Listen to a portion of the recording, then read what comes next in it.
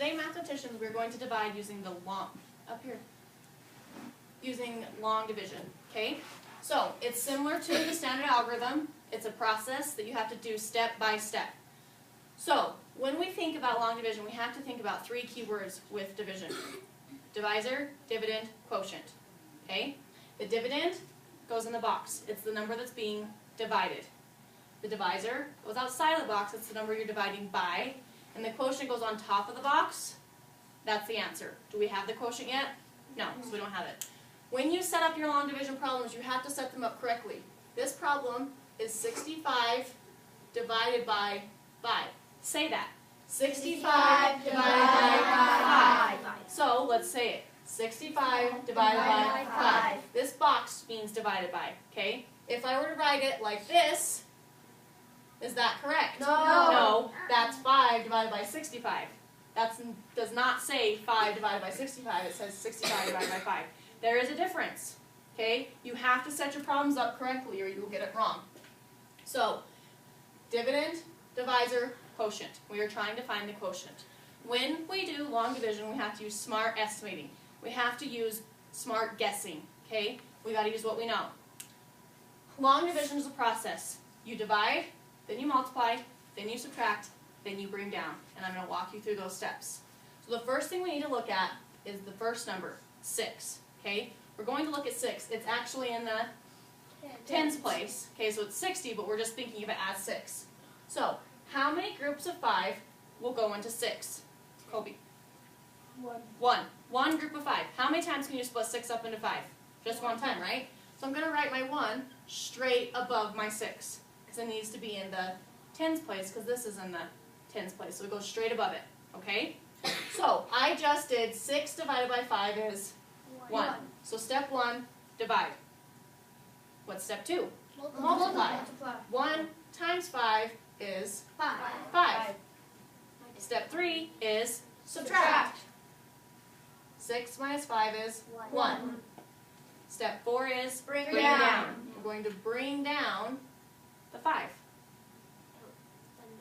Now, I repeat the process. 15 divided by 5 is what? 3. Write it up here, straight above the 5, because it's in the ones place. Step 2, multiply. 3 times 5 is 15. Step 3, subtract. 15 minus 15 is 0. Step 4, bring down. Wait a minute. I have nothing to bring down. I'm done. I'm done. I have 0. So I am done. So my answer is, my quotient is 13. Okay? So it's a process. Divide, multiply, subtract, bring down until you have nothing left to bring down. Okay? Question? So what if we have a remainder? Okay, just a second. We're going to do a couple problems. Okay? So that was a basic problem. Let's do another one. Let's do 76 divided by 8. Okay? So we're going to add a new step in here. We're going to start with the first number. How many groups of 8 will go into 7? 0. 0. I can't put any, right? Because 8 is bigger than 7. So I'm going to write my 0 there. Divide. What's my next step? Multiply. 0 times 8 is 0. What's my next step? Subtract. 7 minus 0 is 7. What's my next step? Bring down. Repeat the process. How many groups of 8 will go into 76? Now, this is where smart estimating or smart guessing comes in. Do I know how many groups of 8 go into 76? No. I don't. So I'm going to use what I know. I know that 8 times 8 is 64, and 8 times 9 is 72, and 8 times 10 is 80. So 8 times 10 is too much, but 8 times 9 is pretty close, right? Yeah. Well, I have to get as close as I can without going over. What's as close as I can get? 8 times 9. I have to get as close as I can get without going over. Would 8 times 8 work? No, because 8 will go into 76 9 times. So I'm going to write my 9 up here. You have to make sure you put your numbers in the right spots. The 9 goes up here, because that's my answer. Okay? What's my next step? Divide. I already already divided. Multiply. 76 divided by 8, I need to multiply. 9 times 8 is 72. What's my next step? Subtract. Subtract. 6 minus 2 is 4. 7 minus 7 is 0. What's my next step? Bring down. Bring down. Wait a minute. I have nothing to bring down. So I'm done. Well, not completely.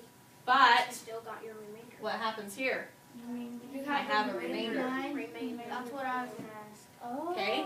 Because can 8 go into 4? No. No. So that's what's left over. I did it. Now you have to remember that if your remainder is ever bigger than your divisor, then you did something wrong. So if let's say I subtracted wrong and I got a 9 here, how many groups of 8 will go in 9? 1. So is my remainder right? No. So I did something wrong.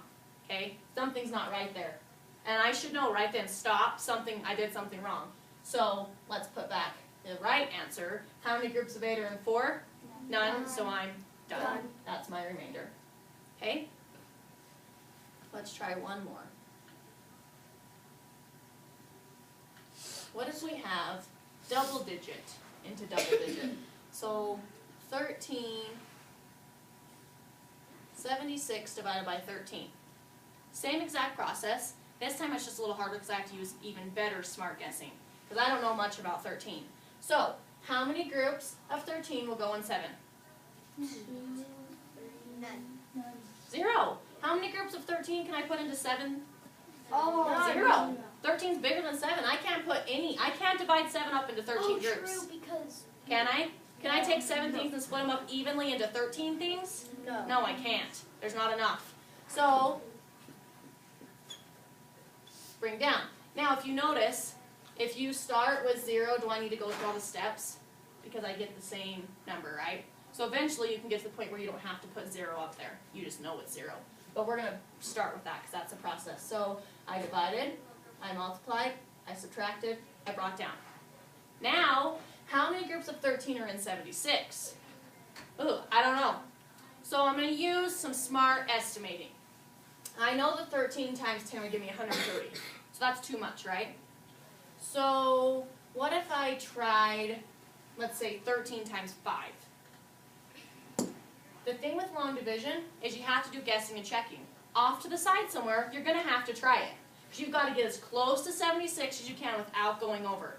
So let's see how close we get. 15, 65. Can I put another group of 13 into 65? Let's see. No, you can't. That would give me, be 8. ooh, 78. So that's too much. So did I make a good estimating? No. Yes, I did. Yes. I made a good guess. Okay? 5. Good guess. So I'm going to put 5 here. I divided. 76 divided by 13 is going to be 5. What's my next step? Multiply. 5 times 13 is, what did I already find out? 65. What's my next step? Subtract. You'll have 11 then. What's my next step? Bring down. Bring down. I have nothing to bring down. So, this is my remainder. 5, remainder 11. Okay? Now remember, whenever you do this, what do we need to do? The inverse operation. Check our answer with the inverse operation. So you pretty much start setting it up like Lucky 7. Yes, and it'll it's bring set it up down just to like Lucky 7, but instead of having a big line with a bunch of numbers over here, we're not going to use a bunch of numbers, we're only going to use the 2 that we need for our answer. So it's just a quicker process. It's the same process, it's just faster. That's why we like long division, because it's faster. Okay? Go ahead and stop it, Ethan.